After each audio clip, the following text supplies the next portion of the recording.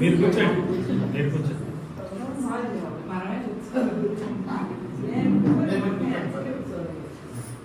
ఇప్పుడు 5 minutes చెప్తారు, ఆ తర్వాత జస్ట్ 5 minutes చెప్తాను. ఈ అవకాశం ఇచ్చిన ముందుగా దేవాది దేవునికి వందనాలు చెల్లిస్తున్నాను. అంకుల్ గారికి అయితే హ్యాపీ బర్త్డే చెప్తున్నాను. అయితే ఈరోజు అంకుల్ గారు నాకు జస్ట్ ఒక 1 hour ముందు ఫోన్ చేశారు అంతే. అయితే నేను అంకుల్ గారి కోసం ముందుగా తెలుసు ఇంక ఈరోజు కూడా మార్నింగ్ నుండి ప్రేయర్ చేసి ఉండేదేమో. అయితే ఈరోజు ప్రేయర్ చేస్తున్నప్పుడు దేవుడు నాతో ఒక మాట చెప్పారు. నాకు అది చాలా ఇష్టమైన వాక్యం. అది ఈరోజు నేను మీ అందరితో అది పంచుకోవాలనుకుంటున్నాను. కీర్తనలు 91:14 అతడు నన్ను ప్రేమించుచున్నాడు గనుక నేను అతన్ని తప్పించదను. 15లో కూడా ఒక మంచి వాక్యం ఉంది. అతడు నాకు మొరపెట్టగా నేను అతనికి ఉత్తరం ఇచ్చదను. శ్రమలో నేను అతనికి తోడై ఉండేదను. అతన్ని విడిపించి అతన్ని గొప్ప చేసేదను. దీర్ఘాయువు చేత అతన్ని తృప్తిపరచదును. నా రక్షణ అతనికి చూపించదును.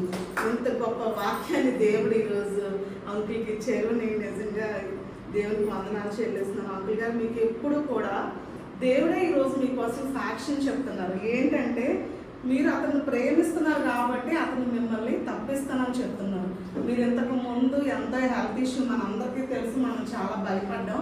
కానీ దేవుడు ఏం చెప్తున్నారంటే నువ్వు భయపడకు, నువ్వు నన్ను ప్రేమిస్తున్నావు కదా, నువ్వు నన్ను ప్రేమిస్తున్నందుకు నేను నిన్ను తప్పిస్తాను, నీకు దీర్ఘాయువుని ఇస్తాను, నువ్వు ఎప్పుడు ప్రార్థన చేసినా నేను వింటాను అని దేవుడు చెప్తున్నారు. ఎక్కడంటే 15వ వచనం, శ్రమలో నేను అతని తోడై ఉండేది, నువ్వు అతను విడిపించి అతను గొప్ప చేసి అతడు నాకు మొరపెట్టగా నేను అతనికి ఉత్తరం ఇచ్చేది. 15వ వచనం, అతడు నాకు మొరపెట్టినప్పుడు అంకుల్ ఎప్పుడు ఎలాంటి పరిస్థితుల్లో అంకుల్ ప్రార్థన చేసినా కూడా దేవుడు ఆలకిస్తారట. దేవుడే సాక్ష్యం చెప్తున్నారు అనమాట ఇక్కడ అంకుల్ కోసం. అంకుల్ని దేవుడు అంతగా ప్రేమిస్తున్నారు. ఎప్పుడు నాకు ఈ వచనం అంటే నేను ఎప్పుడు ఎక్కువ వచనాలు చదువుతాను, కానీ ఇంత గొప్ప వచనాన్ని దేవుడు అంకుల్ కోసం ఇచ్చారు.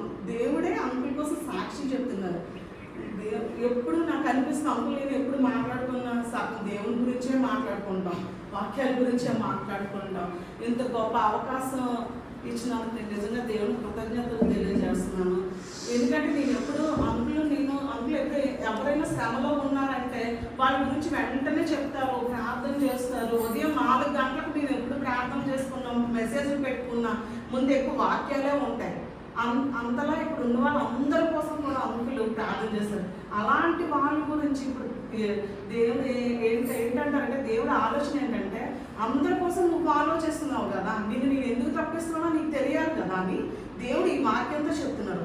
నువ్వు నన్ను ప్రేమిస్తున్నావు కనుక నేను ప్రతి విషయంలోనే తప్పిస్తాను, నీకు ఆరోగ్యాన్ని ఇస్తాను, ఆయుష్ని ఇస్తాను, మంచి లైఫ్ని ఇస్తాను అని దేవుడు అంకుల్కి చెప్తున్నారు అనమాట. ఇంకో విషయం ఏంటంటే ఒక భర్త ముందుకు వెళ్ళాలి అంటే ఇంకో విషయం ఏంటంటే భార్య కూడా సహకారై ఉండాలి.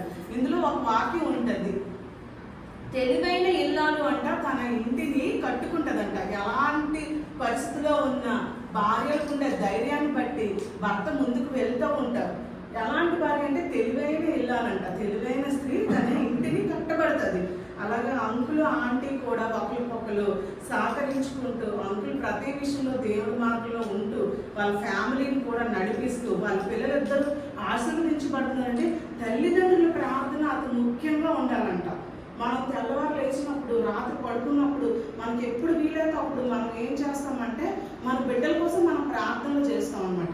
అలా ప్రార్థనలు చేసేటప్పుడు వాళ్ళు ఆశీర్వదించబడతారు. ఒక్క విషయం చెప్పను, అంకుల్తో ఒక చిన్న పాయింట్ చెప్తా. అంకుల్ అందరూ మంచి వాళ్ళని చెప్తారు. అసలు విషయం ఏంటంటే అంకులే చాలా మంచి వాళ్ళు అన్నమాట ఈ విషయంలో అయితే. ఎందుకంటే అంకుల్ చాలా మందికి ఎప్పుడు వాళ్ళు ఎంత మంచి వాళ్ళమ్మా, అంత మంచి వాళ్ళమ్మా అని చెప్తారు. అసలు అలా మంచితనాన్ని చూసేది ఎవరంటే మంచిగా ఉన్న వాళ్ళే, అంతే కదా. అందుకని అంకుల్ని ఇంతగా ఎవరైనా సరే అభిమానించకుండా ఉండరు, ప్రేమించకుండా ఉండరు. అతను ముఖ్యంగా దేవుడే అతన్ని ప్రేమిస్తున్నారు. అదే కదా ఈరోజు దేవుడు చెప్తుంది, నన్ను అతను ప్రేమిస్తున్నాడు కనుక నేను అతన్ని తప్పిస్తాను. అందుకని అంకుల్ గారు మీకు దేవుడు నిజంగా ఇచ్చిన ఈ లైఫ్ని దేవుడి కోసం మీరు ఇస్తున్నారు చూసారా, ట్యూన్ ఆ గొంతుని దేవుడు ఇష్టపడుతున్నారు, ఎక్కువ మీ హృదయాన్ని ఇష్టపడుతున్నారు. ఇలాగే మీరు 100 ఏళ్ళు ఇంకా ఎన్నో హ్యాపీ బర్త్డేలు చేసుకోవాలని నేను మనస్ఫూర్తిగా దేవుని అడుగుతున్నాను. చిన్న ప్రార్థన. మహాపరిశుద్ధమైన మా దేవ మీ పరిశుద్ధ నామకు వేలాది కోటి వందనాలు స్తుతులు స్తోత్రాలు మా ప్రభా. గడిచిన కాలం అంతా మీ కృపలో మీ రెక్కల చాటు మనం భద్రపరిచి ఎంతగానో మమ్మల్ని కాచి కాపాడి నా ప్రభా నాయన. ఈ రోజు మీ సన్నిధిలో మేముండి తండ్రి మిమ్మల్ని ప్రార్థించుకునే గొప్ప భాగ్యాన్ని మాకు ఇచ్చినందుకు వందనాలు నా ప్రభా. నా ప్రభా యేసయ్య నువ్వు ఎంతగానో ప్రేమించిన నా ప్రభా నాయన. ఈరోజు విజయబాబు అంకుల్ గారి బర్త్డేని తండ్రి మేము జరుపుకునే అవకాశాన్ని అదృష్టాన్ని మాకు ఇచ్చినందుకు మీకు వందనాలు నా ప్రభా. అలాగే నా ప్రభా నాయన గత కాలంలో ఎన్నో కష్టాలు బాధలు అనారోగ్యాలను తప్పించి నా ప్రభా నాయన అంకుల్ గారికి ఎంతో ఆరోగ్యాలని ఇచ్చినందుకు నా ప్రభా వేలాది కోటి వందనాలు నా ప్రభా నాయన. యొక్క మీదటి కూడా వాళ్ళ కుటుంబాన్ని ఆంటీని అలాగే నా ప్రభా బిడ్డలను కూడా దీవించి ఆస్వాదించండి. అంకుల్ గారికి మంచి ఆయుష్ను దయచేయండి. ఎప్పుడు ఎల్లప్పుడూ తండ్రి నా ప్రభా అతను తోడుగా నీడగా ఉండి తప్పిస్తానని చెప్పిన దేవుడు కనుక తండ్రి నిన్ను ప్రేమించే బిడ్డ కనుక నా ప్రభా నాయన నీ చేతిని ఎప్పుడు విడిచిపెట్టకుండా తనకు దీర్ఘాన్ని దయచేయమని యేసునామం చిన్న ప్రార్థన అడిగి వేడుకుంటున్నాం తండ్రి. ఆమేన్. ఒక మాట చెప్తానండి. దేవుడు నాకు ఇచ్చిన భార్య అందరికి అలాగే ఇస్తారు, నాకు కూడా అలాగే ఇస్తారు. అయితే డిసెంబర్లో నేను ఐసీయూలో ఉన్నానండి 20 రోజులు, 10 వారం రోజులు ఐసీయూలో, హాస్పిటల్ 20 రోజులు.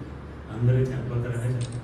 కానీ దేవుడు ఇప్పుడు ఆ అమ్మాయి ఏ వాక్యం అయితే అమ్మాయి చెప్తారో అదే వాక్యం దేవాల నన్ను ఆయన కనిపించారు.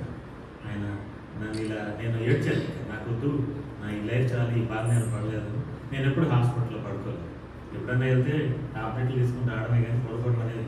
అప్పుడే ఐసీయూలో పడుకున్నప్పుడు నేను చెప్పాను ఇక నాకు చాలా దేవ నేను వచ్చేస్తాను ఎందుకంటే ఆయనే వచ్చి ఆయన నన్ను ఓదార్చారు. నేను అప్పుడు అనుకున్నాను నన్ను బతికిస్తున్నాడు ఆయన. సో ఇది నా జీవితంలో మరొక జన్మ ఇచ్చిన బర్త్డే అన్నమాట. మీ అందరి మధ్య జరుపుకోవడం నాకు చాలా సంతోషం.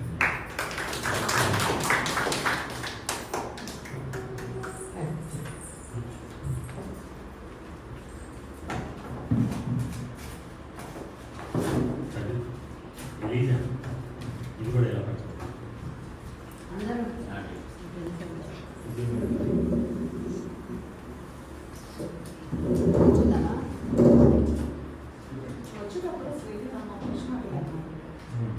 తాతాజీ బర్త్డే 62 సంవత్సరాలు కంప్లీట్ అయ్యింది. అంతేనా? హ్యాపీ బర్త్డే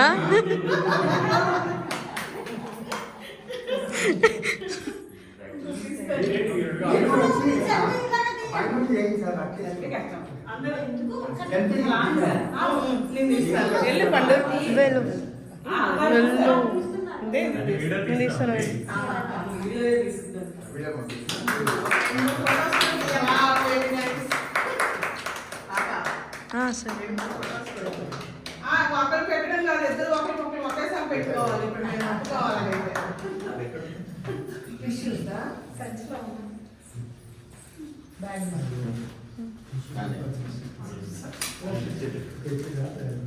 మనం మొదలు చేస్తాం.